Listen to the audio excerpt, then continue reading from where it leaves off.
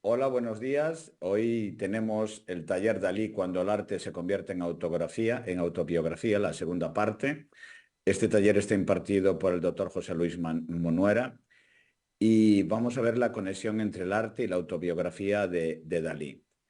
El doctor se adentrará en aquellos aspectos menos conocidos del universo artístico dalidiano, revelando rincones y detalles que van a contribuir a enriquecer nuestra comprensión de su legado. Sobre todo la influencia de la tradición católica, que solamente trata el doctor Munuera porque lógicamente mucha gente tiene olvidado este tema, en la obra de Dalí, es otro de los aspectos que vamos a explorar en este taller. La fusión entre espiritualidad, simbología religiosa y la genialidad artística serán el objeto de análisis en este contexto que promete ser enriquecedor y revelador para todos nosotros. Así que, estimado doctor, cuando quieras, arrancamos. Muy bien, pues vamos a darle a compartir pantalla. Bien, este segundo, esta segunda clase, por llamarlo de alguna manera, lo que vamos a hacer es profundizar un poco en el genio científico de Dalí. Partimos desde una obra de 1931 y acabaremos sobre 1957 aproximadamente. Y vamos a tocar tres aspectos muy distintos dentro de esta obra para dejar para el final una parte ya de la introducción ya de la época del Cristo de San Juan y la relación que tiene con Millet, que lo veremos al final, ¿no? Sobre todo con la obra del Ángelus de Millet. Vamos a ver si podemos pasar diapositiva. Dice Dalí en 1977, si Velázquez copia exactamente una fotografía, lo mejor que puede, le sale un Velázquez. Si un tonto copia exactamente una fotografía, le sale una tontería. Si Dalí copia fielmente una fotografía, le sale un Dalí. ¿Por qué dice esto? Porque él va a hacer uso de la fotografía de manera continuada. Después veremos cómo se vale de un equipo de expertos, tanto en matemáticas como geómetras, como incluso otros artistas que le ayudarán en su producción. Por lo tanto, él lo único que hace es resolver el problema mental de lo que va a reproducir y será asesorado por diferentes individuos, como veremos posteriormente. Parto de la persistencia de la memoria de 1931 porque va a dar explicación a una pregunta que se me hizo en la última conferencia, ¿no? Que fue sobre el origen de los relojes blandos, ¿no? Tenemos una obra que es de muy pequeñas dimensiones, que están solo 33 por 24 centímetros, algo más de un formato A4, y nos vamos a encontrar con que nos dice, es un lienzo de pequeñas dimensiones, la creación de la obra, según distintas entrevistas que se le hizo al genio, es como sigue. Y leo textualmente tal como lo relata Dalí. A Salvador, porque él habla siempre como los papas, ¿no? En tercera persona, como si fuera alguien ajeno a él mismo. A Salvador le empezó a doler la cabeza y su esposa Gala se fue con sus amigos al cine sin él. El artista se quedó solo y comenzó a contemplar vagamente la habitación. El queso camembert, bajo los rayos del sol, se derretía lentamente sobre la mesa. Y fue este queso derritiéndose lo que generó la idea de los relojes blandos. Dalí, olvidándose por completo de su dolor de cabeza, se apresuró a plasmar esto en el taller. Allí, sobre el lienzo, ya estaba terminado por completo el paisaje de los alrededores de Porligas. El artista agarró los pinceles y listo, sobre el paisaje aparecieron los relojes. Salvador luego se jactó de haber creado los relojes derretidos en 2 horas. Cuando Gala regresó del cine, sobre el caballete ya estaba concluida la obra.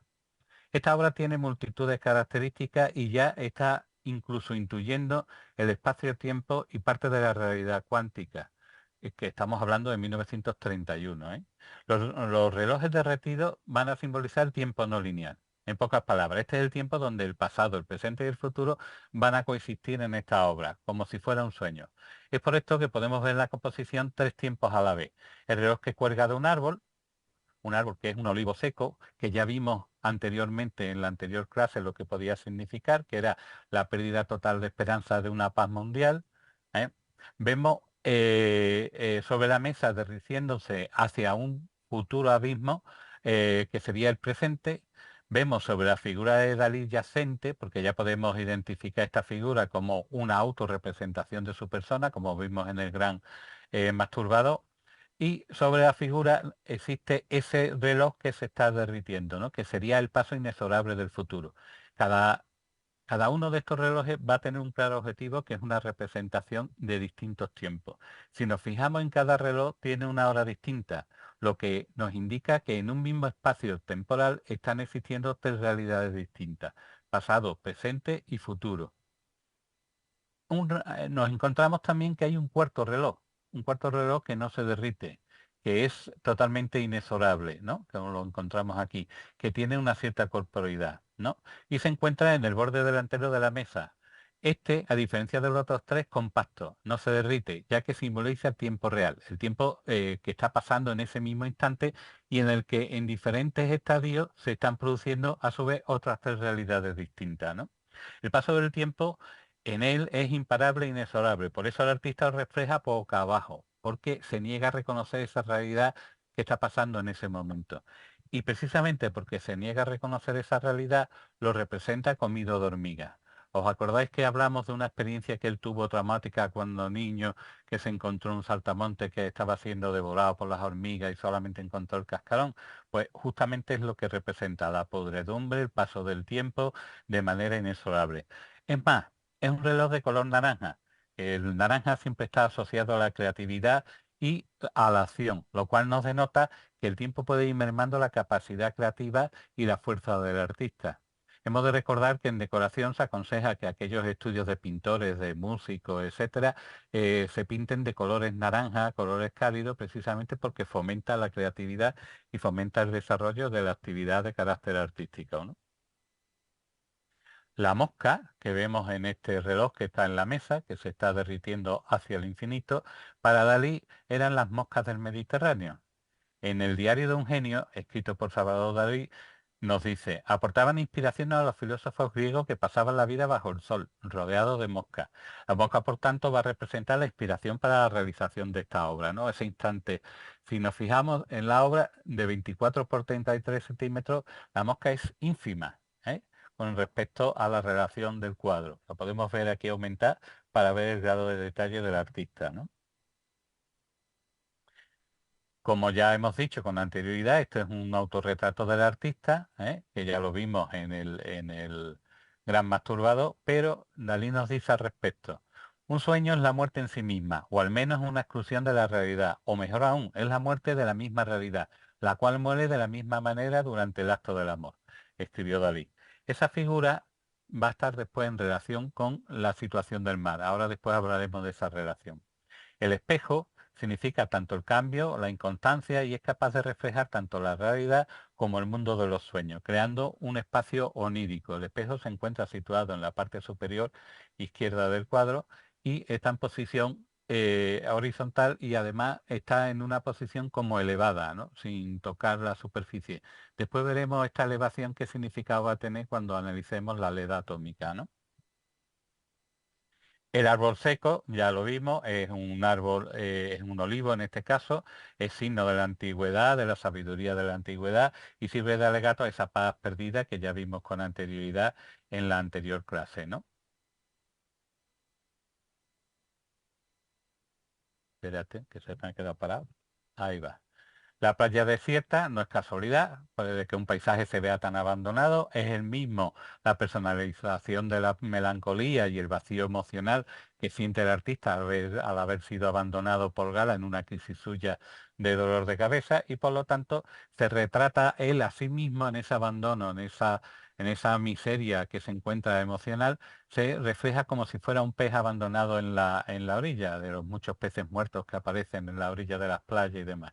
Volvemos al motivo en el que el mar vuelve a estar separado de la tierra, es decir, nos está indicando que es un mundo onírico que es distinto al mundo real donde se desarrolla su labor pictórica, ¿no? Vemos el mar, como ya hemos dicho, que significa la eternidad, la inmortalidad, por lo cual lo representa ingrávido, sin tocar los materiales del suelo. Vemos las costas del Cabo de Creus, que se encuentra cerca de la ciudad de Figueras, lugar natal de Dalí. Y este paisaje es muy reconocible y se encuentra representado en multitud de la obra de Dalí, ¿no? Vemos que es el sitio idóneo para embarcar sus recuerdos de niñez. Dalí, en realidad, toda su vida y toda su producción artística está muy marcado por su niñez. Es un niño grande, y a la hora de representar, representa todo aquello que ha significado algo importante en su vida. Vemos el huevo, que apenas es perceptible, lo vemos aquí, pero en realidad aquí es muy pequeño. Es uno de los símbolos que más reconocible es de Dalí. También lo encontramos en la persistencia de la memoria, que es un pequeño óvalo que está al lado del mar, lo cual va a significar, aparte de la eternidad y el alma, representará también el cambio y la regeneración. El artista tomó esta imagen de los órficos. Hemos hablado en ocasiones de la forma del movimiento de los neutrinos y demás, que daba la forma ovoide y demás, pero el nacimiento de la idea de Dalí es contemplando a los órficos, que son místicos de la antigüedad griega, que según la mitología del huevo cósmico nació la primera deidad bisexual, Fanes, que es el que creó al ser humano y sus dos mitades, ¿no? Y las mitades de la cáscara del huevo formaron el cielo y la tierra, y de ahí la ubicación del huevo en el cuadro. Pero también nos da la realidad daliniana de los dos seres creados por ese huevo cósmico serían Gala y Dalí. Después veremos cuando hablemos de la ley atómica cómo también él en ese momento se va a ver identificado primero con Zeus y después con los hijos frutos de la unión de Leda y Zeus, ¿no? Si combinamos todos estos elementos en uno solo, podemos concluir que el sentido principal del cuadro viene a decir que el tiempo es persistente, constante, a pesar de ser relativo. ¿eh? Mientras que la memoria es de corta duración, pero estable, y nos da la idea fundamental de ese paso del tiempo que el artista se niega a reconocer como parte de su obra, ¿no?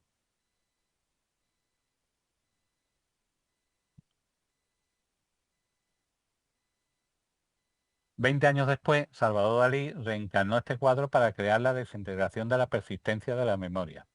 Pero aquí refleja un nuevo concepto, y ese concepto no es ni más ni menos que, perdón, se ha pasado la diapositiva, no es ni más ni menos que el progreso científico. La visión del artista ha cambiado por completo. Vemos cómo los relojes se desintegran en partículas, nada toca nada, con lo cual nos da idea del universo microcósmico, de la idea del átomo, en la que ninguna partícula roza con ninguna, y el espacio está inundado de agua, al estilo de los reactores nucleares. De hecho, si nos fijamos en la estructura de los cajones que estaban sobre los que estaban apoyados los relojes, nos recuerda muy ciertamente a lo que sería la composición de un reactor nuclear, ¿no? Vemos que además toda la escena está sumergida bajo el agua, y vemos cómo algunos elementos se van fijando en su autorretrato, cómo se deshace, cómo se van deshaciendo los relojes Brando en pequeñas partículas, etcétera, ¿no? El mismo paisaje, la misma playa, el mismo olivo. Este cuadro lo pintó 20 años después. No se puede observar muy bien en el cuadro, pero existe la firma de Dalí, que estaría aproximadamente en esta parte de aquí. A ver si puedo mover esto que me estorba para ahí. Bien, vemos que firma Olive Salvador Dalí. Olive es una de las muchas maneras que Dalí llamaba a Gala en privado, porque decía que la cara de Gala era ovalada y el color de su piel era como el de una oliva. Es un detalle del cuadro bastante significativo de la unión de justamente la representación de ese dios Fane y de la unidad de Gala Dalí, ¿no? Desde ellos, los relojes, soy históricamente aquel que ha sabido resolver la ecuación espacio-tiempo, pero todo mi arte traduce la calidad de la angustia más moderna, en cuanto a expresión de un delirio que rebasa todos los dinamismos de lo real. El tiempo no se puede concebir sino el espacio. Esto ya nos va dando cuenta de cómo empieza a concebir de manera matemática su parte de su obra. Y existe un cambio, una evolución. Pasa de lo onírico a lo más material y por lo tanto entra en una reproducción más figurativa de cada uno de esos elementos. Lo vemos, Es una pregunta que te iba a decir yo. Tal vez aquí es dime. donde termina un poco el surrealismo más profundo de Dalí. Claro, él, al encontrar la base científica, él empieza a preocuparse mucho más de los elementos compositivos y del mensaje que quiere mandar. Entonces, a partir de ahí, deja parte de esos elementos, pero siguen estando constantes, porque seguimos viendo el mar, seguimos viendo que los elementos del Cabo de Creus, lo vemos al final, en el fondo. En fin, él sigue manteniendo la misma línea argumental, ¿no? Lo que cambia es la forma de expresarlo. Entra en una forma más figurativa porque a partir de esa realidad nos va a comunicar que existen otras realidades que perviven en la totalidad de la obra, ¿no? Y entonces la relación espacio-tiempo y diferentes espacios en el mismo tiempo es una constante en la obra de Dalí a partir de 1949, etcétera. Pero ese cambio radical se manifiesta precisamente en esta obra, ¿no? En la leda atómica. Y además vemos que parte del proceso, y después veremos algunos ejemplos, parte del proceso de la obra de esta leda es la copia sobre fotografía y tiene bastantes errores a la hora del calcado y demás. Podemos ver aquí la línea de horizonte que está inclinada, que después lo veremos en el corpus hipercubus, lo veremos también posteriormente. Es decir, él suele basarse en la fotografía y en el calco para pasar a la obra al lienzo, ¿no? En el plano central nos encontramos una leda bastante realista, sin vestimenta, es decir, desnuda, flotando sobre una especie de trono o altar, acompañada de un cisne, que este cisne representará la figura de Dalí, que todos conocemos el mito de Leda y el cisne, en la que Zeus, enamorado de Leda, se transforma en cisne para poder copular con Leda, y fruto de esa descendencia serán los gemelos Polus y Castor, o Castor y Polus, que son dos almas gemelas como Gala y Dalí en sí mismos. En 1947 el artista realiza este boceto, que lleva, con la ayuda del matemático Mitila Gica, en el que se realizan diferentes cálculos pitagóricos, etcétera, tocando la proporción áurea. Aunque esto de tocar la proporción áurea, a pesar de que en esta presentación utilizo textos de algunas personas que indican que sí aplica la proporción áurea, a mí me ha costado trabajo, por no decirte que no he podido encontrar dicha proporción áurea aplicar a la figura de Leda y el cisne, todo lo contrario. Sí he encontrado similitudes con el dodecaedro, con el pentágono místico, en fin, pero exactamente con la proporción áurea no lo he llegado a ver. Y se inserta dentro de un pentagrama insertado con una estrella de 5 puntas, que ahora después veremos la importancia de dicho pentagrama.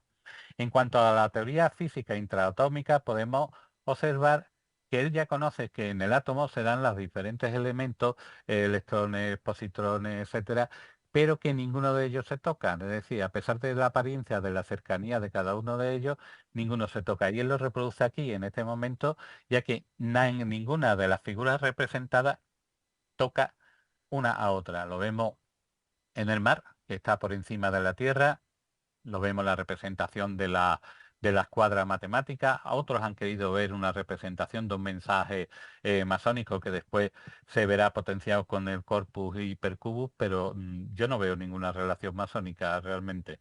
Lo vemos con la gota de agua, con un libro rojo que algunos autores lo quieren identificar con la Biblia, pero no hay ningún momento en el que se pueda decir que ese significa la Biblia. Los vemos el huevo roto del que van a salir Castor y Polus, y la única situación de poder averiguar cuál es la relación, en la situación relativa de cada uno de ellos es precisamente por la posición de la sombra. Pero que después veremos, él solicita ayuda a un matemático para que calcule la sombra, pero vemos que no lo resuelve del todo correctamente, ¿no? Porque si le pusiéramos el punto del foco de luz y tradujéramos eso en sombras arrojadas, veríamos que hay algunos errores, como ocurre aquí y ocurre aquí. Y realmente tampoco se estudia correctamente la desproporción que habría sobre la proyección de la pata, etcétera, ¿no? Eso es cuestión de... Una pregunta, voy aprovechando porque que son Dime, tantos dime. datos, estimado doctor. Ese libro, por ejemplo, dice Sil, ese podría, porque él tuvo mucha influencia por Freud, me comentaste en la otra clase, ¿podría estar vinculado al libro rojo de Jung, que fue Yo lo discípulo? vería mucho más vinculado al libro rojo de Jung, sobre todo porque estamos hablando de una relación sexual y una relación trascendente, mucho más que una Biblia. A Claro. pesar de que ellos, cuando realmente él se da cuenta que si Dios existe, existe como matemático, es cuando él empieza su época de máxima religiosidad. Entonces algunos historiadores del arte quieren ver en esto la Biblia. Yo me parece mucho más acertada la relación que tú has descubierto del libro rojo de Bueno, Jung, no, que que sí lo dijo Sil, pero bueno, estoy de acuerdo que era un tema que mucho más que tiene una continuación con lo que tú hablaste diciendo que él, Freud, fue una gran influencia en el surrealismo daliniano, ¿no? Entonces, lógicamente, es interesante. Claro, es que podemos interpretar a diferentes fases con diferentes autores. Es decir, ahora después veremos la relación que tiene con autores que se dedican a la proporción y posteriormente veremos cómo sí busca refugio en la Biblia y sí va a plantear algunos elementos propios de la Biblia, ¿no? En la representación de escenas, en momentos muy determinados para situar la escena, ¿no? Eso lo veremos después en el corpus. Vemos, por lo tanto, que adquiere una significación el pentágono como un símbolo de la vida basado en la divina proporción, ¿no? Esta relación tiene notables propiedades matemáticas y su presencia a lo largo de la historia del arte se debe a que predominan las proporciones del cuerpo humano, ¿no? Los griegos fueron los primeros en utilizarlo. Sería muy interesante hablar del concepto pitagórico del 5 y de la relación con el pentágono místico y demás, que no es el lugar donde, pero que sería digno de tan solo, una sola clase dedicada al pentágono y al número 5.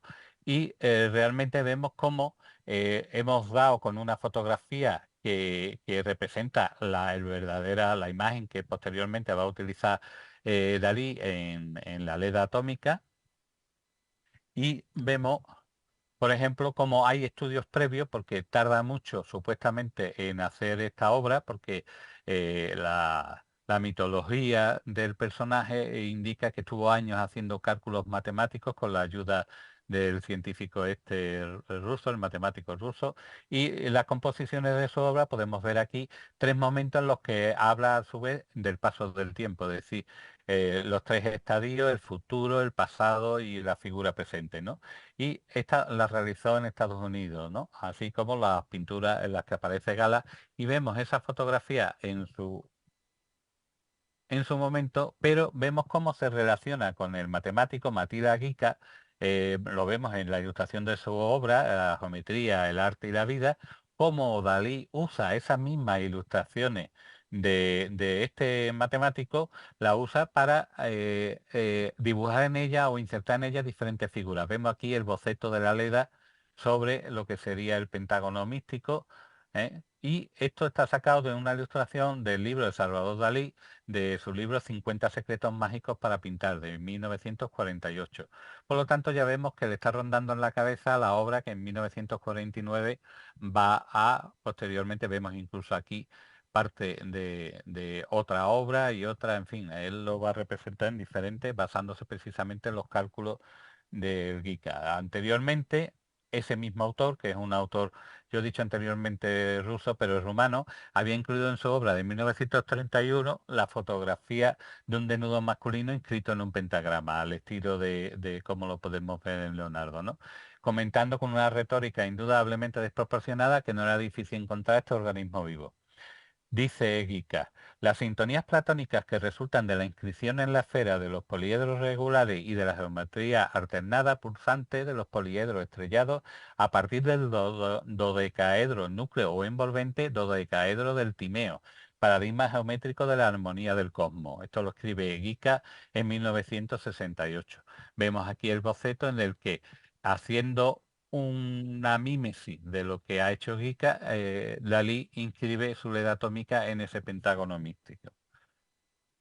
Pero este pentágono místico viene de muy antiguo, es decir, se encuentra, y yo que estoy especializado en los canteros, en el tema de la cantería y sobre todo el trabajo de desarrollar la piedra con las gárgolas y demás, nos vamos a encontrar como Vilar de Oncourt, precisamente en sus tratados sobre la arquitectura y demás, nos desarrolla multitud de figuras, gárgolas, portadas de catedrales, dentro de ese pentágono místico. De hecho, supedita parte de la producción de su obra a ese pentágono. Y vemos cómo Arturo Soria nos habla precisamente de la semejanza entre la primera forma animal y la última, inscribiendo un niño dentro de, a su vez, de ese mismo pentágono místico, ¿no? Es interesante porque es de los pocos libros de Cantero que se conservan, en el que se dan unas pautas sobre el uso de la geometría sagrada en este caso en la escultura o en el tema de la cantería.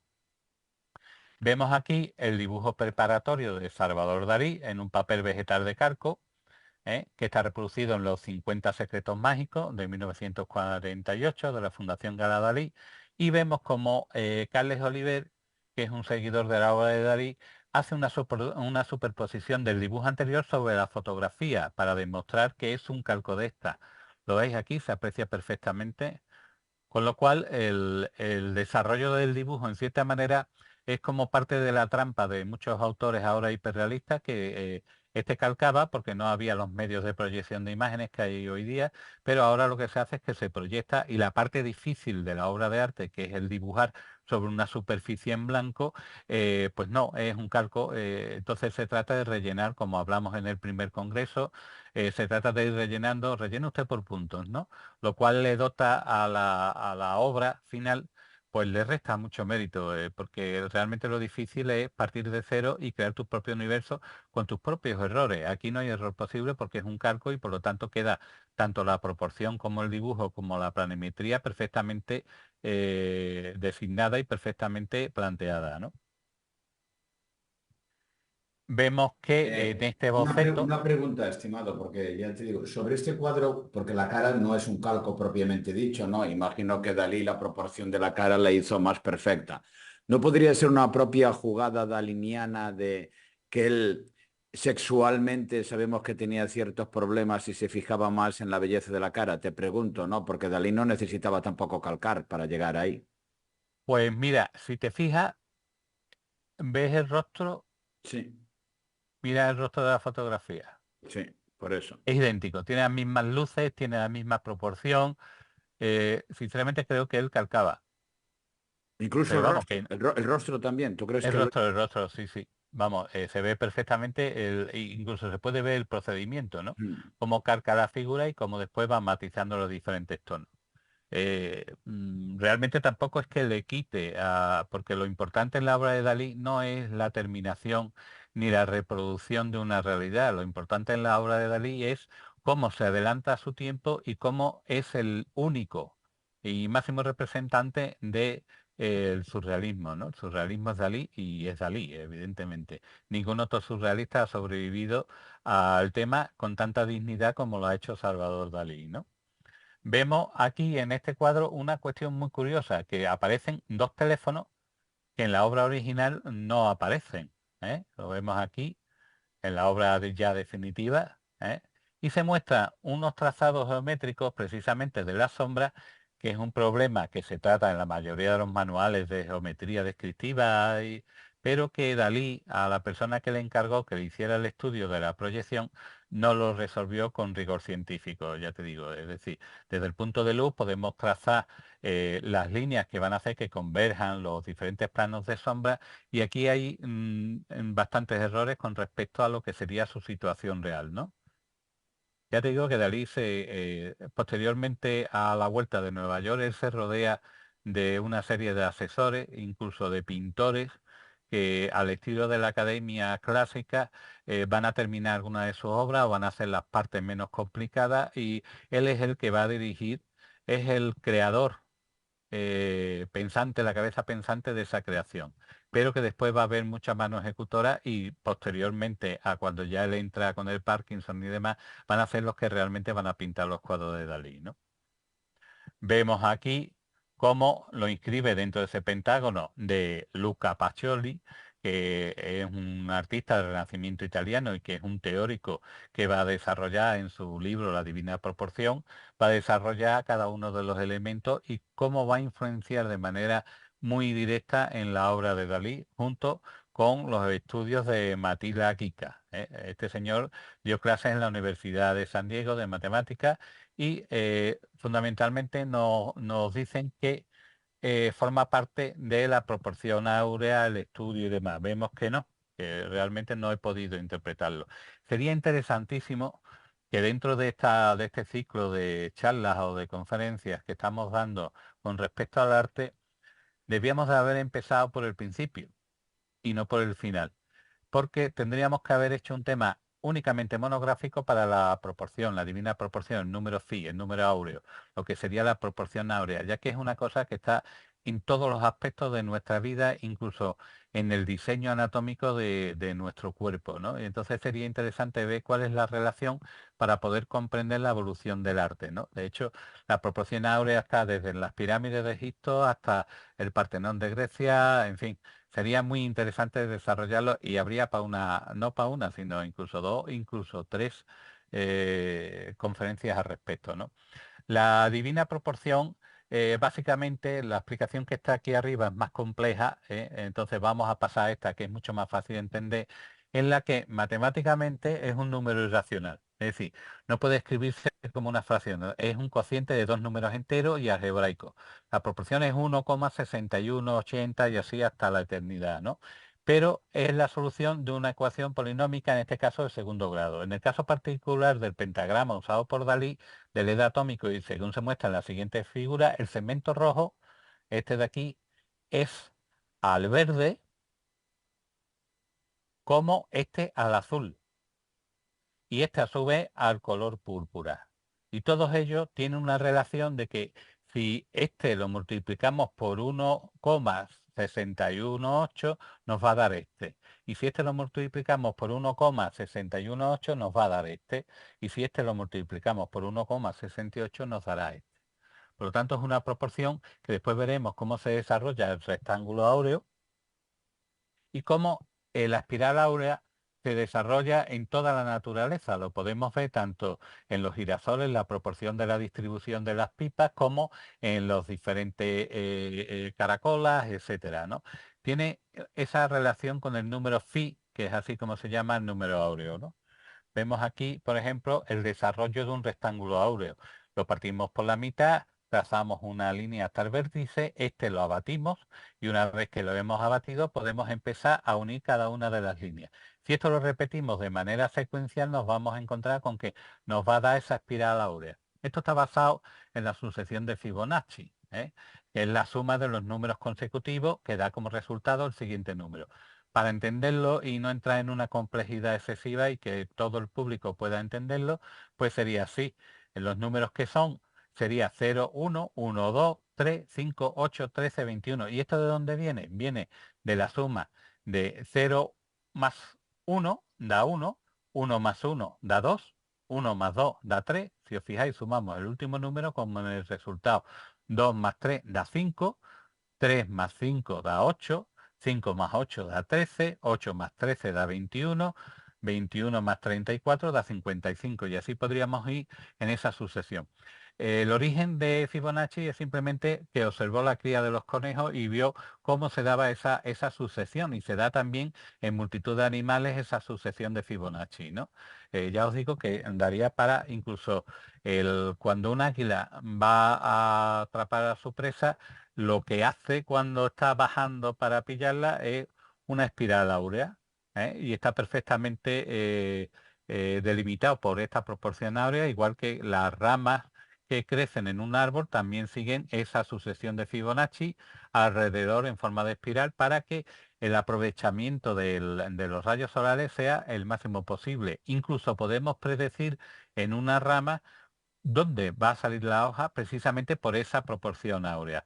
Es decir, que es una ley universal que se aplica de manera, no sé si inconsciente o tal vez muy consciente por parte del creador para el mayor aprovechamiento y que todo esté en proporción. De hecho, esa constante se da también en la distancia entre los planetas. Es decir, dentro de nuestro sistema solar podríamos calcular la posición relativa de cada uno de los planetas aplicando esta sucesión de Fibonacci, ¿no? Por eso digo que sería interesantísimo porque las posibilidades que tiene el número áureo son increíbles. De hecho, lo tenemos todos los días en nuestro carnet de identidad, tenemos la proporción en nuestras tarjetas de crédito, ya os digo, nuestro cuerpo humano, en fin, sería interesantísimo ver cómo se cumple esa ley universal. Por eso cuando antes hablábamos de que Dalí descubre que Dios es matemático, él empieza su parte de los cuadros religiosos. Vemos cómo el artista se basa en la obra de Fray Luca Pacioli, el Tratado de la Divina Proporción, que es fruto de la investigación en esa obra de la ley atómica, ¿no? Vemos cómo a partir de ese momento, junto con Matila Aguica, empieza a aplicar conocimientos matemáticos de geometría, ¿eh? Por ejemplo, vemos aquí la composición de un sólido geométrico de Damiano Zambelli de Bérgamo hacia 1538, en el que nos empieza a indicar figuras como el dodecaedro, etcétera, que van a tener una clara influencia en la obra de Dalí. Tenemos este cuadro, que es Crucifixión, el Corpus Hypercubus de Salvador Dalí, que lo realiza a partir de 1954, en el que nos va a dar diferentes descubrimientos. Primero, la figura fundamental es el cubo. Vemos que figura 9 cubos en general. Vemos que además está empezándose a introducir en una cuarta dimensión este Cristo, generado por los 4 cubos pequeños que lo están absorbiendo hacia el siguiente cubo, que sería como un paso de la materialidad a otra dimensión totalmente distinta. Vemos que en la composición, si nosotros sumamos la figura triangular de Gala y sumamos la figura triangular del Cristo, haría a su vez otro cubo con un grado de inclinación determinado. Por lo tanto, podríamos decir que está representando lo que sería el espacio-tiempo dentro de esa obra, ¿no? Vemos que además escoge un momento determinado del día, que es el que nos narra Mateo 27:45, que nos dice: al mediodía la tierra se llenó de oscuridad hasta las 3 de la tarde, y eso, de las 3 de la tarde Jesús clamó en voz fuerte: Elí, Elí, lema sabactani, que significa Dios mío, ¿por qué me has abandonado? Dalí escoge exactamente ese momento para representación de la obra. Pero además vamos a ver que el suelo nos indica además que hay un fallo que además nos indica que está inclinado ligeramente hacia la izquierda, que puede ser posiblemente por motivo del calco, como ya hemos dicho anteriormente, porque cuando Dalí le hace la fotografía al modelo, que es un modelo doble de los artistas hollywoodienses, cuando él estaba en Nueva York, se la hace diciéndole que se ponga como si estuviera en levitación, ¿no? Y entonces el modelo, que era un hombre fornido y en condiciones, pues resulta que le extrañaba esta situación. En diferentes entrevistas que se le hizo con posterioridad, decía que no entendía muchas de las cosas que le decía Salvador Dalí, y que cuando ya vio el cuadro con esa imagen pudo reconocerse y comprendió parte del momento que él estaba queriendo representar, ¿no? En este caso vemos que aplica una perspectiva oblicua o con 2 puntos de fuga, que casi siempre los artistas lo usamos fuera de lo que es la imagen a representar, precisamente para que nos dé una corporeidad que quepa dentro de la obra, ¿no? Si lo pusiéramos muy cerca, las figuras se verían apepinadas y por lo tanto perdería parte de la expresividad, ¿no?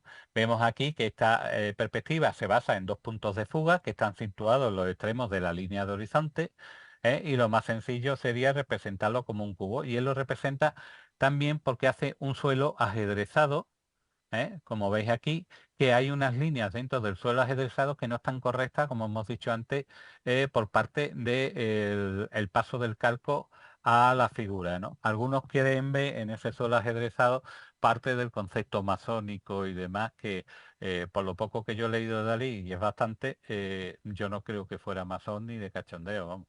Vemos aquí cómo podemos aplicar esas mismas perspectivas tanto al Partenón como a cualquier figura que nosotros veamos, porque el objetivo que busca este tipo de representación es que parezca que hay una esquina, y por lo tanto nos enseñe 2 caras de un mismo polígono o 2 caras de una misma realidad.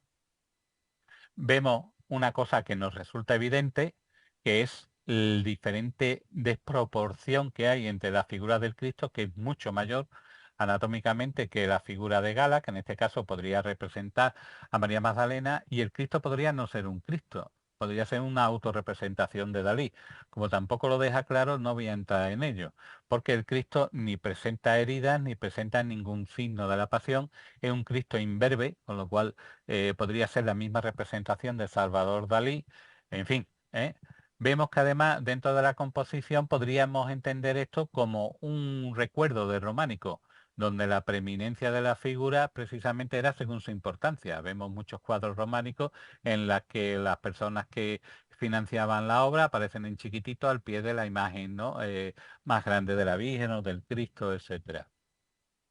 Vemos que además la figura en primer plano está tocada casi hiperrealista, podemos ver las marcas de plancha de la tela, para dar mayor resalto a la perspectiva y crear un primer plano, y los segundos planos y terceros planos lo hace precisamente con estas figuras resaltadas de carácter hiperrealista en primer plano, ¿no? Dice Dalí: pinté una cruz hipercúbica en la que el cuerpo de Cristo se convierte metafísicamente en el noveno cubo, siguiendo los preceptos del discurso sobre la forma cúbica de Juan de Herrera, constructor del Escorial. Una pregunta, Juan de Herrero sabemos que era alquimista y que además trabajaba pues para Felipe II mágicamente, ¿no? Qué cosa más curiosa que hable de Juan de Herrera en una pintura en el que aparece tanto el cubo, ¿no? Que representa pues el misterio del Escorial, ¿no? Estimado doctor. Hombre, me alegra que me hagas esta pregunta. Mira, el planteamiento, tú fíjate, por ejemplo, la imagen que hay aquí está representado un octógono en un círculo. Es cierto que era alquimista, es cierto que trabajó para uno de los reyes españoles más alquimistas, que tenía incluso una torre entera dedicada a alquimia, y que si visitas el Escorial verás que hay multitud de libros que ves que se le ha dado la vuelta. Son libros prohibidos, son Y libros además que, hay prohibición de excomunión a quien salga estos libros de este lugar. Acuérdate que tiene bula claro, especial del Papa, sí. claro, entonces Arias Montano, que era un individuo un poquito complejo, que estuvo a punto de ser quemado en 2 ocasiones por la Inquisición, este rey le salvó precisamente porque él lo que hacía es que buscaba libros de magia, de ocultismo, de alquimista, etcétera. Y entonces, pues claro, nos vamos a encontrar con que es una figura que se va a repetir, sobre todo en la obra de Dalí. Ya te digo, él coge una obra cualquiera, en este caso él busca la divina proporción, coge la proporción del cubo que está en los apuntes de Juan de Herrera, y a partir de ahí empieza a desarrollar su cubo hipercúbico. Pero lo gracioso del tema es que se adelanta bastante al concepto del tercer acto, ¿no? Que después lo veremos, su desarrollo geométrico y cómo va avanzando con respecto a lo que sería el común de los pintores de la época, que se dedican más que nada al paisaje, se dedican a otro tipo de realidades. Él va avanzando, y de hecho cuando él fallece, en su biblioteca se encuentran multitud de revistas de carácter científico y matemático en las que hay anotaciones a los márgenes, de puño y letra del mismo Salvador Dalí. Es decir, era un tío inquieto con respecto a la evolución de la ciencia, con respecto a la evolución del conocimiento humano, ¿no? Y él lo refleja en su obra. Eh, Bien es cierto que también se vale de otras personas para que les resuelvan los problemas que su mente o su formación. Hemos de recordar que fue expulsado, como hablamos en la primera clase, fue expulsado de la academia, y es un individuo que tiene una formación casi autodidacta, ¿no? Pero se ve esa evolución en su obra pictórica porque de una forma simple, onírica, va cada vez complicando más, hasta llegar a las grandes obras como el descubrimiento de América y demás. De hecho, la figura de Salvador Dalí sería interesantísimo poder analizar todas y cada una de sus obras. Lo que pasa es que ya nos íbamos a hacer aburridos, porque ya 2 clases y una tercera que vamos a dar va a un poco a hartar un poquito de la figura de Dalí. Eso no quita que lo aparquemos a un lado y posteriormente, mucho más adelante, volvamos a retomar algunas obras que sean interesantes de analizar. De hecho, paso de puntillas para ver la aplicación que hay de diferentes figuras geométricas en algunos cuadros, pero que esto sería interesante de poder desarrollar el análisis de cada uno de ellos de manera individualizada, ¿no? Vemos la integración del hipercubo en la figura cosificada, vemos cómo se insinúa cómo está integrándose ya dentro del mismo cubo, lo cual nos indicaría que está pasando a otra dimensión, a lo que sería la dimensión, la cuarta dimensión, la dimensión volumétrica. Vemos aquí el desarrollo del hipercubo, ¿eh? Vemos que, como hemos dicho con anterioridad, no hay ningún elemento de la pasión, ni clavos, ni sangre, sino que está flotando en el aire libre como signo de redención física y metafísica. Pero, como ya hemos dicho anteriormente, ¿y si esta figura no fuera Cristo? A pesar que él en su definición anterior sí hablaba de Cristo. ¿Y si realmente fuera un autorretrato? Hemos de ver que él suplanta la figura de Zeus en la de la atómica, y él siempre lo relaciona con la figura Gala Dalí. En este caso, Gala representaría a María Magdalena, aunque algunos autores han querido ver a María, la madre de Jesús. No entro en eso, simplemente la relación simbiótica entre Gala y Dalí se manifiesta en casi toda la obra daliniana, ¿no? La palabra corpus del título puede referirse tanto al cuerpo de Cristo como a la figura geométrica, reforzando el vínculo que Dalí establece entre la religión, las matemáticas y la ciencia. La levitación del Cristo sobre la tierra podría simbolizar su ascenso por encima del deseo y el sufrimiento terrenales, ¿no? Vemos aquí, para comprender en su máxima expresión, tenemos que hablar del hipercubo, que también es llamado el hipersufijo, que subraya las numerosas dimensiones y desde la forma geométrica inmensa en el espacio con 4 o más dimensiones.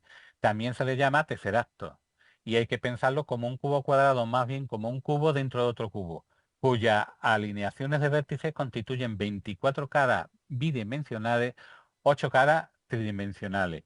Al trasladar un cubo perpendicularmente a sí mismo, sostiene su desarrollo, que es precisamente la cruz hipercúbica que vemos en el corpus hipercubus, ¿no? Formado por bloques cúbicos, con lo cual se adelanta el concepto en bastantes años. Hay una cuestión que algunos autores, a mí me cuesta mucho trabajo, pero lo doy porque realmente sí se llega a ver, ¿eh? Una de las cosas que llama la atención de este Cristo son las rodillas de este Cristo, porque hay una serie de cuestiones que no son anatómicas y que por lo tanto hemos de entender que el maestro oculta algo al no desarrollarlo, porque sabemos que conocía la anatomía y que era capaz de representarla como la representa en multitud de cuadros.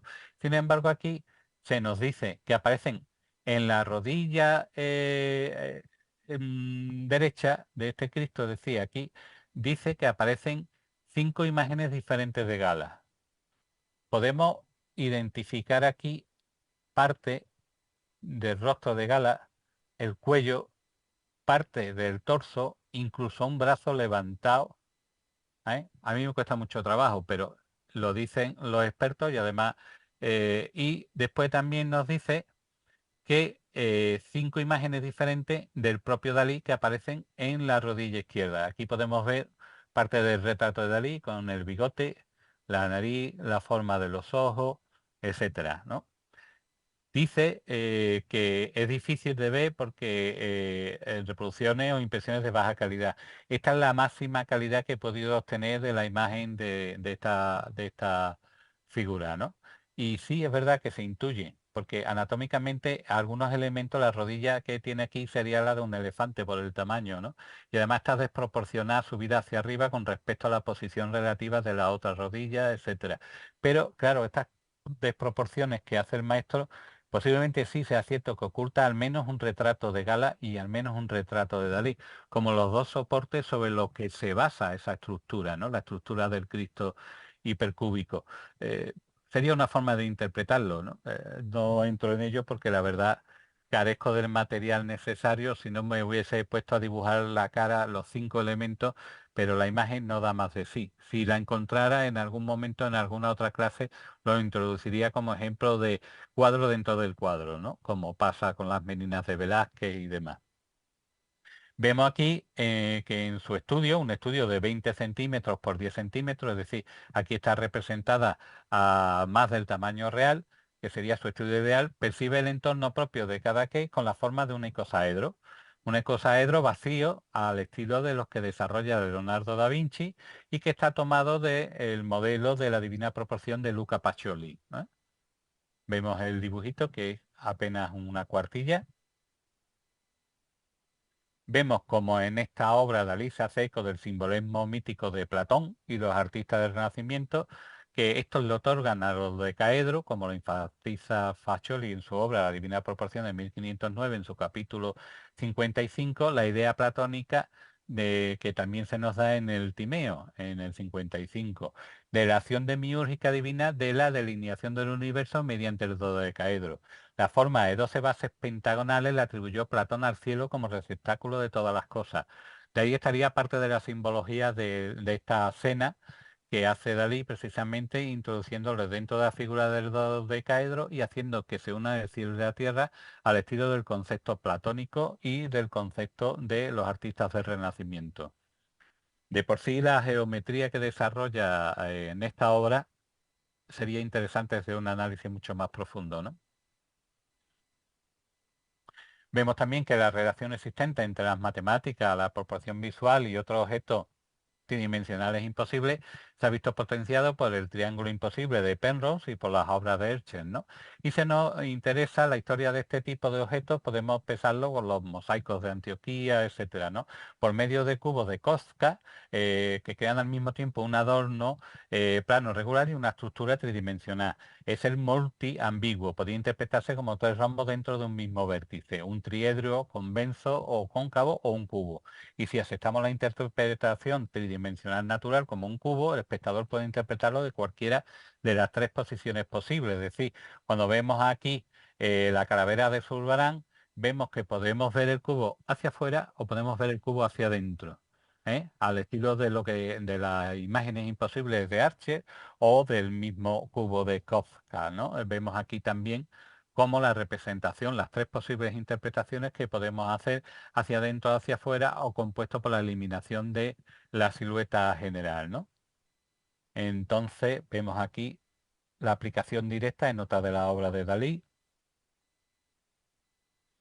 Dalí en su interés también se dedica a estudiar las posibles imágenes estereoscópicas, ¿no? Que realmente el principio de la imagen estereoscópica es pintar lo que se ve con un ojo y después pintar esa misma escena con lo que se ve con el otro ojo. Entonces, desde una distancia determinada y desde un punto de vista, lo que hace es que funde las dos imágenes dándonos una imagen tridimensional, ¿no? Y eso está estudiado en el Museo de Dalí. Podemos verlo, hay diferentes imágenes estereoscópicas en las que desde un punto determinado tú miras y ves el ojo, el cerebro funde las dos imágenes convirtiéndolas en imágenes de carácter tridimensional. Vemos aquí otro ejemplo. No solo funde la imagen, sino que también funde los colores para darle una nueva corporeidad, una nueva tridimensionalidad. Vemos aquí otro. Este en particular está muy logrado porque cuando lo ves en directo, este lo tuve yo suerte de verlo en la exposición que hubo en Madrid de 400 obras de Salvador Dalí. Estaba la imagen estereoscópica esta y la verdad es que daba una sensación de tridimensionalidad bastante correcto. Fijaros que aquí tiene unos tonos, esto está pintado en tonos fríos, esto está pintado en tonos calientes, que al fusionarse da una temperatura del color bastante natural, ¿no? Le da unos tonos anaranjados que le da precisamente esa corporeidad a la imagen. Pero vemos que también tiene incluso incursiones dentro de lo que es la holografía, ¿no? Esta es un holograma que hace Dalí sobre la figura de Alice Cooper, que está sentado vestido con 4 millones de dólares en joyas, una tiara y un collar diseñado por el propio Dalí. Alice sostiene una estatuilla seccionada de la Venus de Milo y a modo de micrófono y detrás de él se observa el cerebro de Alice cubierto con un relámpago de chocolate y hormiga. La calidad de la imagen no es muy buena porque se trata precisamente de una holografía. Alguien le preguntó a Alice lo que opinaba y este respondió, no lo sé, no he entendido una palabra de lo que dice desde que lo he conocido. Entonces Dalí saltó, el tío muy exacerbado, dice, perfecto, la confusión, la mejor forma de comunicación, ¿no? Vemos que es un individuo inquieto en todas las ramas del saber, ¿no? Y bueno, pues próximamente en la tercera clase dedicada, y yo creo que será la última por el momento, al menos por esta temporada, vamos a hablar de Dalí, pero el Dalí en relación con el Ángelus de Millet, que es una de las obras que representa de manera exhaustiva, creo que la representa hasta en 15 ocasiones distintas, y la relación del Cristo de San Juan, que ahora se ha puesto muy de moda con el libro que ha escrito Javier Sierra, la directora de la Fundación Gala Dalí, etcétera. Entonces, vamos a analizar los orígenes de esa obra, basado también en ese libro, y vamos a ver cuánto de acierto tiene lo que nos dice Javier Sierra y la directora de la Fundación, así como Antonio López, que me reservo la opinión. Y, en fin, después, posteriormente, la siguiente que pasaremos será por fin las Meninas de Velázquez, que por sí solas ocuparán tal vez una o dos conferencias porque hay mucha enjundia en esto que parece tan simple, ¿no? Entonces quedo a vuestra disposición, caballeros y damas, a cualquier duda, cualquier cosa, cualquier comentario, estoy abierto a lo que me digáis. Estimado doctor, muchísimas gracias por, bueno, creo que ha sembrado más dudas que aciertos, pero bueno, Vaya por Dios, eso es el surrealismo, ¿no? vaya por Dios. Hombre, hay Mira, cosas que yo he descubierto, ¿eh? Es decir, hay cosas que yo iba por una idea y después he descubierto otra.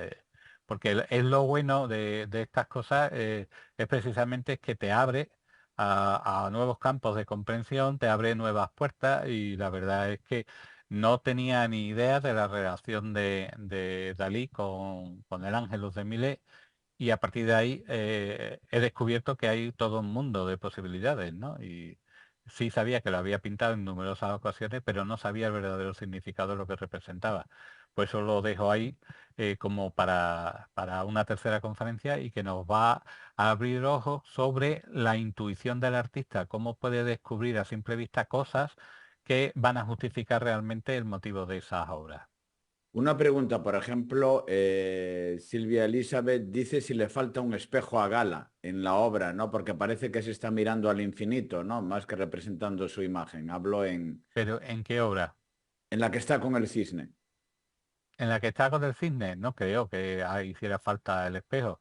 Ten en cuenta que está en el momento precópula con el cisne. Entonces, realmente ella lo que está es contemplando, acariciando la cabeza del cisne momentos antes de copular con la figura de Zeus, ¿no? Entonces no veo yo la relación del espejo. Fíjate que Dalí reproduce el espejo muy pocas veces. Lo reproduce en la persistencia de la memoria, pero como un reflejo de la realidad allí representada, ¿no? Como la entrada a la cuarta dimensión, a otro mundo, porque él intuye que hay otra realidad, ¿no? Y si tiramos de la gente del misterio, pues siempre te recomiendan que en tu dormitorio nunca tengas un espejo porque es una puerta a otra dimensión donde ocurren otras cosas, ¿no? No sé si Dalí lo interpreta de esa manera o no, pero evidentemente lo reproduce en muy pocas ocasiones, porque ya en sí mismo, él en su obra ya está representando otras realidades, ¿no? Tendríamos que ver si Dalí era consumidor de algún tipo de sustancia, porque esos mundos tan oníricos, tan pertenecientes a otra realidad, nos da idea precisamente de que él tenía un concepto casi, ¿cómo te diría?, casi profético de algunas de las cosas. Él se adelanta mediante el retrato que hace a base de multitud de figuras ay, si te lo diré, del presidente de Estados Unidos. Él inspira a los creadores de los hipervínculos porque al ver esa figura dice, bueno, pues dentro de una figura puede estar albergada la salida a otra serie de figuras, ¿no? Entonces él es un adelantado a su tiempo. Él intuye con los relojes blandos que la teoría de Einstein, vimos que la teoría es anterior a la creación de los relojes blandos, cómo él interpreta esa manera de ver el universo mediante la relatividad del tiempo, que no es una cosa compacta, sino que es una cosa elástica. Y podríamos casi decir que se adelanta a la teoría de los agujeros negros en el sentido de que puede hablarse de una curva espaciotemporal en la que él define el escenario de sus creaciones pictóricas, ¿no? Y además hemos visto aquí cómo se adelanta al concepto del tercer acto, que están poniendo de moda precisamente las películas de Marvel, pero que realmente es un fenómeno que se empieza a autorizar a partir de 1930, pero que no hay ninguna representación gráfica salvo los mismos apuntes del creador del concepto, ¿no? Que además él nos habla de que representa no solo 4 dimensiones, sino que puede llegar a representar hasta 9 dimensiones.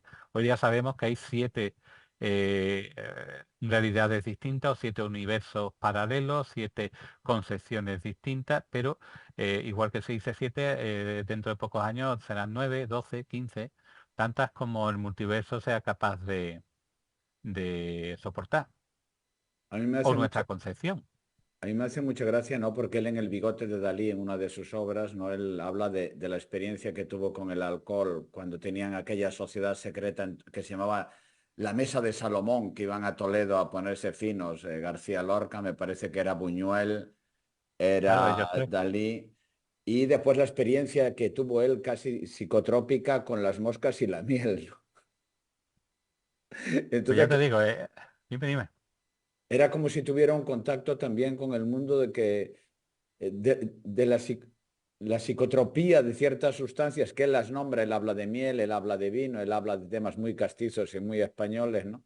También la época que le tocó vivir, bueno, él también cuando tuvo contacto con Warhol y con ciertos temas surrealistas, que también con Basquiat y con cierta gente que vino después, ¿no? Quiero decir que yo creo que él es el gran ignorado y comprenderle él se necesitaría muchas dimensiones y muchos mundos, ¿no? Porque consciente o inconscientemente, para mí ha sido el gran genio, ¿no? Porque su conocimiento sobre el mundo ocultista, además la película que hizo con Disney, ¿no? Que es una película muy compleja también que se puede ver en YouTube, que tampoco le dieron mucha bola ni mucha publicidad al convenio que tuvieron Disney con, con el maestro a efectos de entrar en ese mundo onírico de los sueños, ¿no? A mí me parece que el problema es, alguien hablaba por él, ¿no? Como decías, maestro, cuando alguien pinta, cuando alguien escribe, hay una conexión con cierta energía, llámale proporción áurea o llámale pues ginebra o lo que quieras, pero sí hay un contacto con lo místico y con lo divino que queda representado en el papel, ¿no? ¿Puede el Claro, pintor tener en cuenta tantas historias o hay algo más? es que eso viene desde la época de las cavernas, ¿no? Ayer en una entrevista en el último peldaño, en un debate que tuvimos sobre los dioses instructores, yo hablaba precisamente de la realidad de las pinturas rupestres, es decir, como nexo de unión entre un mundo y otro y algo que se ha vivido de verdad, es decir, una representación, la única representación real del concepto pictórico en sí, ¿no? Entonces, cómo observaban la realidad, cómo reproducían el movimiento y que por lo tanto esas figuras extrañas, antropomorfas, con cabezas con cuernos, con cuerpo serpentiforme, con 3 dedos, podían representar una realidad que ellos vivían, una experiencia física que ellos vivían. Los historiadores suelen representarlo o suelen interpretarlo como que hacían uso de psicotrópicos, pero si alguna vez has probado un psicotrópico, yo no, y no pienso hacerlo porque no me gusta perder mi cabalidad, pero la experiencia que te narran aquellos que han estado con el tema del chamanismo y demás, lo primero que ven son serpientes. ¿Eh? Y esa serpiente acabas devorándolo para entrar en otra realidad. Es como el pago de un tributo para acceder a esa realidad en la que predominan multitud de seres que nosotros no percibimos, pero que sin embargo tenemos conocimientos que existen por diferentes experiencias de carácter incluso traumático de algunas personas. Entonces él lo que hace es que vive otra realidad, simplemente una realidad lo suficientemente rica y llena de matices que hace de su obra una obra única. Por desgracia, cancelada por culpa del fanatismo que tenemos ahora de cancelar a las personas que piensan de manera divergente, ¿no? Hablamos en la anterior clase que él tuvo coqueteos con el franquismo, como tantos otros que hoy día van de abanderados de la izquierda, no sé cuántos, pero todos ellos pasaron por el pardo. Entonces, es ridículo cancelar la obra, una obra tan importante de uno de los mayores artistas que tenemos, que junto con Velázquez, junto con Murillo y algún que otro más, pues son importantes dentro de la historia y que nosotros como buenos españoles estamos prestos a denostar nuestra propia historia, ¿no? Y realmente me parece querer ignorar una figura de tal importancia que hay que recuperarla y olvidarse de la ideología, porque no tiene otro sentido, de la cancelación con respecto a que si piensas de manera divergente, ya no tienes derecho a estar en el candelero, ¿no? Y realmente, sea como sea, su obra va mucho más allá de la persona y de su eh, mm, querimientos, por llamarlo de alguna manera, ya que no me sale la palabra, sus ideas afines, no tienen nada que ver con su obra pictórica, que va aparte incluso de su propia sexualidad o incluso de su... lo importante es la obra. ¿Perdón? Nada, nada, es que se acopló aquí, es que sé qué tal, no, disculpa, se acopló. Mira, CIMAC Technology que yo sé que además pinta, dice que la inspiración, un segundo que corto, que dice la inspiración en mi opinión es una conexión con otra dimensión. ¿Qué te parece ahí? A mí me parece correcto. Mira, yo algunas veces cuando he pintado, al acabar de pintar y ver lo que salía, por ejemplo, en un cuadro que tengo, lo tengo totalmente localizado, el Inquisidor, al acabar dice, esto lo he pintado yo. Te sientas como en una especie de éxtasis en la que estás trabajando de manera, y a lo mejor ese cuadro lo pinté en un par de horas, y la verdad es que dices tú, ¿de verdad lo he pintado yo? Es decir, me ha venido el concepto, me ha venido... yo creo que el pintor, igual que el músico, igual que el que danza, son personas que llega un momento en el que tienen una cierta comunión mística con algo. Vamos a llamarle el ente colectivo, vamos a llamarle yo qué sé. Pero es importante porque esa obra de creación queda y queda y muchas veces no somos conscientes de lo que estamos haciendo y del mensaje posterior que puede ser, ¿no? Por eso yo me río muchas veces cuando sale el típico artista contemporáneo y te da una charla que necesita justificar su obra, ¿no? Mientras que el artista de verdad no tiene que justificarla, ahí está y puede tener tantas interpretaciones como personas que la vean. Y todo va a depender del nivel de cultura, del nivel de conocimiento, etcétera, ¿no? Entonces es absurdo, la obra de arte es universal. Y como tal obra de arte universal, pues realmente no hay que entrar a explicarla, porque ya te digo, su realidad va a depender de tu propia realidad, de tu experiencia, de tu conocimiento, en fin. eh, eh, Tanto como personas haya, a lo que a ti a lo mejor te encanta, a mí me puede denostar, ¿no? Me puede echar para atrás y decir, bueno, pues esto es igual, Ya exactamente sé por igual. dónde vas, ya sé por dónde vas, No, maestro. no, no, no, no, Ya no he sabes que lo que citado, a mí me no he encanta. citado a Basquiat, no lo he citado. Ya te digo que es un personaje que tengo interés este verano, que ya estaré jubilado y tendré más tiempo personal para mí. Te prometo que incluso te prepararé una clase de esa figura, pero de momento lo desconozco y por lo Ahí es tanto el no gran puedo opinar. enfrentamiento que tenemos el doctor Monuera y yo, No es Jean-Michel verdad. Basquiat. No es verdad. Siento tenerte que negar, pero no es verdad. Reconozco mi desconocimiento de la obra de Basquiat y por lo tanto no puedo entrar a valorarla. Así como puedo entrar a valorar la de otros muchos, como Antonio López y demás, que para mi gusto no son, en el caso de Basquiat desconozco y por lo tanto no puedo hablar desde la ignorancia, ¿no? Como multitud de gente habla. Yo no, yo tengo que cerciorarme realmente y no me importa hacer una clase crítica favorable o desfavorable, es No, decir, será favorable. Yo sé que desde mi cuando opinión, llegues... siempre yo- desde mi opinión y de mi escasa formación para emitir ese juicio. A ver, tu formación sabemos que es magistral. Una pregunta, cuando hablamos del tema del surrealismo, sobre cuando tocamos el tema que hablaste en la otra clase de Freud, y después que se ve esa Biblia roja, ¿no? Que bueno, que yo estoy seguro que Dalí estaba de sobras conectado con el libro rojo de Jung, porque, porque forma parte de su momento y de su tiempo, ¿no? Claro, él... y además hay, mira, hay un tema que a mí me asombra. Yo he leído mucho como tú la obra de Dalí, y Dalí como escritor era muy bueno, no solamente como pintor. Él sabía transmitir muy bien con palabras lo que también hacía con pinceles, por lo menos desde mi punto de vista, ¿no? Sí, sí, tenía una gran cultura. Exactamente. Siempre dicen que además era surrealista sus libros. No, es verdad lo que decía, era mentira. Bueno, lo sabía Dalí, como las obras. Mucha gente dicen que todo lo que escribía era mentira, ¿no? Él habla de una experiencia, ¿te acuerdas, mística, que pasó una noche en una cárcel de Franco? Y eso que su padre era notario, y claro, eso en algunos escritos de él le afectó como si hubiera pasado 5 años, ¿no? Pero ya ves, el señorito en aquel momento, él todo lo... Yo creo que Dalí todo lo magnificaba. ¿Qué crees tú de eso? Sí, sí, vamos, la obra de Dalí es autobiográfica en todos los sentidos. Tú fíjate que no abandona el paisaje de Cadaqués, es decir, no ha superado su infancia. La imagen de la madre aparece en multitud de cuadros, la madre que murió prematuramente. La imagen de su hermano es algo que lo obsesiona, siempre aparece un niño vestido como el trajecito con el que fue enterrado su hermano.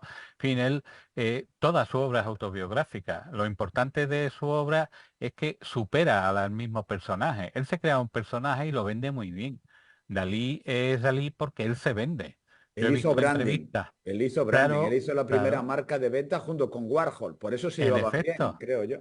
Claro, es que es un personaje que ha sabido crear y lo ha mantenido, y lo ha mantenido dentro de esa misma parafernalia. Verás como la obra de la herandera, que hablamos que su padre tenía una reproducción en el despacho, como aparece en multitud de ocasiones, aparece bañándose con gala en la costa de Cadaqués con el cuadro de la herandera, aparece con una lanza cometiendo contra... En fin, son elementos que él tiene fijado en su memoria desde que era niño y por lo tanto lo aplica y lo aplica de la manera más comercial y más inteligente. Yo creo que ha sido uno de los artistas más inteligentes junto con Picasso a la hora de vender su obra, ¿no? Y de hecho la obra supera a la figura en el sentido de que, de manera inconsciente, él ha hecho cosas que yo creo que no era consciente, de lo que estaba haciendo, pero eso pasa con todas las realidades dentro de la obra pictórica de muchos autores, ¿no? Entonces yo entiendo que él lo que hace es eso, con tanta autobiografía. No para de existir elementos que se repiten una y otra vez, como la piel del mar, como el niño, como los huevos, como, en fin, son elementos que se repiten, pero él los recicla a su vez. Es decir, él cada vez le da una importancia y tiene una ubicación distinta para dar un significado distinto. Entonces la obra de Dalí en sí es tan ingente y además cuando adquiere de verdad para mí una notoriedad profunda es cuando él abandona el surrealismo con esas figuras relativamente hechas para entrar dentro de un realismo que no llega a una pintura hiperrealista porque él abandona el concepto de él es puro dibujo coloreado. Y no es pintura en sí, no tiene masa. Yo he visto muchas veces obras de Dalí y no tiene una masa compacta como le puede ocurrir a la obra de Velázquez o a la de Rembrandt, que se ve la masa pictórica, la intención de la pincelada y demás, que nos puede hablar mucho de cómo piensa ese artista o cómo desarrolla su obra. No, él está totalmente limada la superficie, no queda un manchurrón, no queda un volumen ninguno definido, están perfectamente matizada, suavizada, no sé si con el dedo o con algodón, pero no existe esa intencionalidad. A él lo que le importa es el mensaje y la imagen. Entonces podríamos decir que podría ser casi un precursor del cómic actual en el sentido de que cada viñeta viene a ser como una obra de arte, ¿no? Pues Además, a así él es le gustaba mucho exactamente. la acuarela, ¿no, maestro? Que decir, él como Claro. acuarela, esa pintura tan tenue, a él le daba mucho significado también. Claro, pero fíjate tú que importa más el mensaje que la obra en sí o cómo está hecha la obra en sí, mientras que en otras grandes de la pintura, como Murillo, como Velázquez fundamentalmente, o Rembrandt, lo que importa es la pincelada, la intencionalidad, cómo construye una realidad a base de pequeños retazos de carga pictórica, se puede entender la intencionalidad, puedes incluso ver según el movimiento de la pincelada qué es lo que quiere representar, ¿no?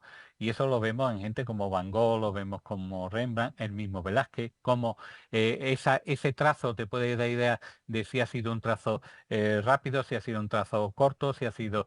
te indica el momento de la creación de esa pincelada, ¿no? En Dalí es imposible.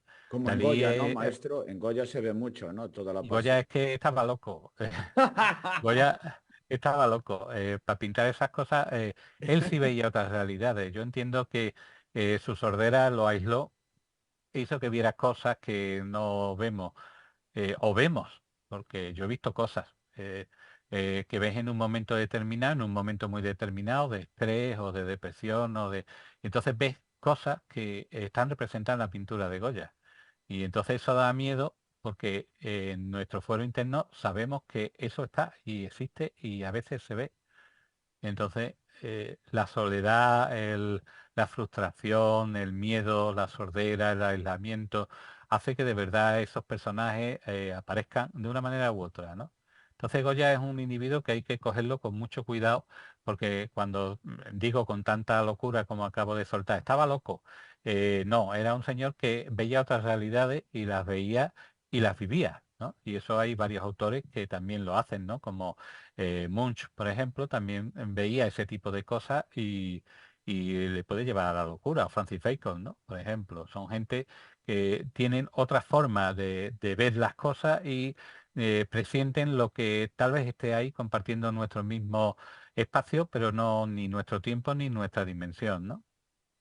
A mí me encanta Van Gogh, me preguntan si Van Gogh para mí es, junto con Goya, los que llevaron la locura en mayúsculas en la interpretación del arte y a través de una pincelada, pues muy nerviosa, ¿no? Es por eso Ujú. cuando hablamos de la pincelada es que yo creo que hacer un psicólogo de pintura y pincelada que interprete el carácter del momento de un pintor, porque corrígeme, estimado doctor, no pintas igual cuando estás contento que cuando estás enfadado, igual que alguien No, no no. dirige música cuando está contento que cuando está enfadado. La batuta es los dedos son cinco, ¿no? Son la expresión de nuestros sentimientos y a mí me parece eh, genial. La verdad, muchísimas gracias.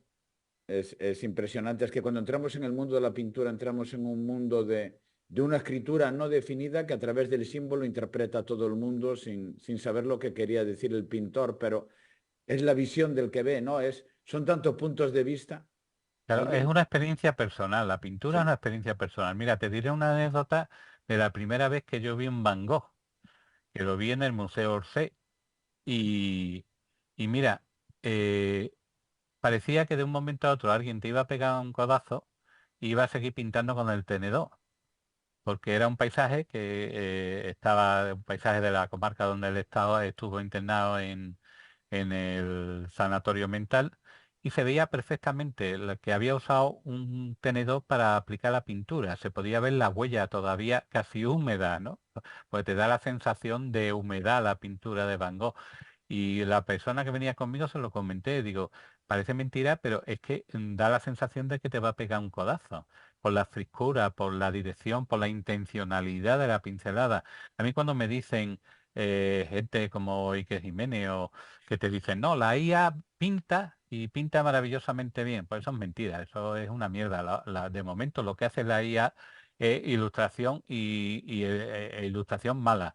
¿Por qué? Porque no hay intencionalidad, no hay dirección, no hay pincelada, no hay grosor de la pincelada que muchas veces lo usamos los artistas para darle corporeidad a la pintura, darle importancia a un plano o a otro. No hay, como digo, intencionalidad ni dirección, no hay intención de dirigir la vista a un punto, no hay una selección de colores para crear una serie de contrastes simultáneos, sucesivos, etcétera. Es decir, de momento la IA no tiene el sentimiento ni el pensamiento que genera un artista en su obra pictórica. Y por lo tanto, sí, dará resultados. Pero vamos, cualquier imagen que se haga con IA se puede detectar de inmediato, ¿no? Entonces cuando se presenta, no, esta sería como una obra como lo haría Goya. Mentira, no. No, porque Goya hoy día ya si pintaba, pintaría ahora mismo ni con espátula, yo creo que pintaría con los dedos. Es decir, ¿por qué? Porque en su pintura, cuando tú te enfrentas al fenómeno pictórico de una obra como la de Goya o como la de Van Gogh o como la de Velázquez, hay veces que te repugna la simpleza de medio y, y- y la posibilidad versátil de lo que tú ves desde lejos. Es decir, se crea una realidad que tiene dos tiempos, la que tú ves de lejos y la que ves de cerca. La que ves de lejos porque interpretas una figura corpórea o no corpórea, y la que ves de cerca porque estás viendo la personalidad del individuo en su gestualidad, en su forma de aplicar, en cómo resuelve un volumen poniendo un negro profundo al lado, en fin, multitud de cuestiones que yo como disfruto viendo la obra en directo, ¿no? Donde puedes ver precisamente todas esas cosas, ver la intencionalidad, ver la personalidad del individuo. Entonces, una obra de arte es un libro abierto. Como bien dice, ese libro va a depender del conocimiento, de la cultura, de la sensibilidad y sobre todo de la experiencia del individuo que lo ve. Yo he visto personas sin gran cultura, echarse a llorar al ver alguna obra pictórica, porque comprenden la esencia y no significa que la cultura te dé una posición por encima del resto, sino que realmente lo que importa es la experiencia y el conocimiento, a veces un conocimiento atávico, ¿no? Yo me acuerdo que cuando me quedé encerrado en Altamira, en la cueva, tuve esa experiencia. Si hoy día la tuviera, yo creo que me moría. Pero es una cosa en la que tú estás integrado dentro de esa realidad. Llega un momento en el que no hay nada alrededor, solamente está esa realidad. Y puedes llegar a sentir ese momento, ¿no? De la creación del artista, de lo que se quiere plasmar. Por eso digo que las pinturas rupestres son realidad, más real que lo que hoy día estamos nosotros desarrollando como concepto pictórico, ¿no? Porque representa a su vez la espiritualidad, el individuo, la intención. Podemos ver un trabajo en el que se puede ver la huella de los dedos, esas manos, en fin, es otro mundo y es un mundo que de por sí se puede ver desde la forma racional o desde la forma intuitiva. Por eso yo estoy en contra de los historiadores del arte con su manía de encajonar, de meter y de ordenar. Por favor, ¿cómo me puede usted comparar una técnica con otra? ¿Cómo me puede comparar una época con otra? Es ridículo, absurdo y raya en fin, cuando analicemos la academia de Rafaelo, vamos a ver que existen 300.000 intenciones totalmente distintas, o cuando analicemos algunas de las obras de Velázquez o algunas de las obras de Murillo o vamos a ver que hay un mundo totalmente distinto a lo que nosotros conocemos y está cargado de simbolismo, cargado de dentro de lo que podían hacer, o cuando entremos en la simbología de la Capilla Sixtina, una vez publique el libro, pues vamos a ver que lo que aparentemente vemos no tiene nada que ver con la realidad de lo que está allí representado, ¿no? Es un mundo que se escapa A la a la percep- comprensión. a la comprensión intelectual, estoy totalmente Mm. de acuerdo. Pues maestro, muchísimas gracias. Como A siempre, vosotros siempre. te esperamos. Siempre nos asombras con tu conocimiento y con tu cultura. Que va, Y nada, estoy en formación. bueno, no, transmite conocimiento. La información Soy un está en... hombre curioso y ¿Viste? me gusta comunicar lo que descubro, ¿no? Pero no, yo Voy te a diré ser como malo. Mira, tan solo sé que no sé nada. la información la transmite Iker Jiménez y el otro, y el Javier Sierra. Tú muestras conocimiento, ellos Bueno, transmiten yo ahí ideas. no me meto porque cada uno vive de lo que puede, ¿no? Yo, gracias a Dios, como tengo mi vida resuelta gracias a mi esfuerzo, evidentemente, a mí no me han regalado nada, pero evidentemente, ya te digo, soy un hombre curioso, aprendo tanto como intento divulgar, es decir, para hacer estas clases que hacemos, yo tengo un conocimiento básico, pero después me gusta profundizar y si te dijera la de diapositivas que he descartado para no pasarme de la hora, que ya me he pasado 10 minutos, me parece, no, 25 minutos me he pasado, precisamente para no aburrir al personal, porque sé que el periodo de atención no pasa de los 10 minutos y 50 minutos dando charla, por eso hago mucho uso de las imágenes para que la persona cogerla, captarla para que entre dentro de la idea general y sea capaz de localizarlo después cuando se enfrenta al fenómeno de la obra en directo, ¿no? Pues mañana estará esto ya en el campus online de la universidad y pondremos también la conferencia que diste sobre el simbolismo de las imágenes de Semana Santa, también para que la gente que quiera verlo, hacer el resumen y también tener el diploma, cuente con ello y profundicemos cada vez más en el símbolo permanente que tiene diferentes caras, ¿no?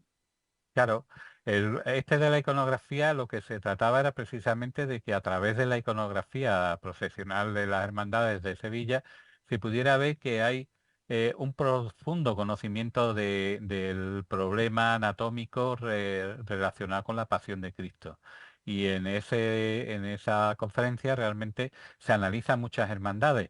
No están todas las que son, evidentemente, pero cada hermandad tiene su historia. Es decir, si quisiéramos hacer uno de 2 horas, 2 horas o 3 horas incluso, podríamos casi citar todas las hermandades porque todas tienen un detalle anatómico, todas tienen una curiosidad y por no entrar en la simbología, ¿no? Que no descarto algún día escribir sobre la simbología de las hermandades que tiene para aburrir las ovejas, ¿eh?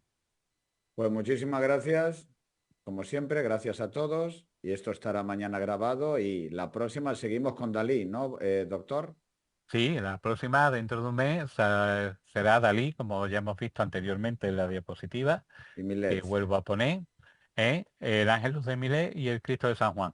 Y posiblemente analicemos también el sueño de una abeja un instante antes de estallar la granada, porque, pero esa es más cómica, es decir, esa la interpretación es mucho más cómica y el cómo se gesta hasta graciosa. Pues muchísimas gracias a todos. A vosotros. Hasta el próximo mes que viene y mañana pues estará lógicamente de la semana procesional, que yo creo que es un tema que la gente no ha tratado y que mostraría más misterio del que hacen a veces ciertas hermandades sin entrar en la profundidad de lo que llevan, ¿no? De lo que cargan. Es doble misterio. El misterio sobre sí mismo con peso específico. Pues sí, Venga, muchísimas gracias. Un saludo a todos. Chao, a chao. vosotros.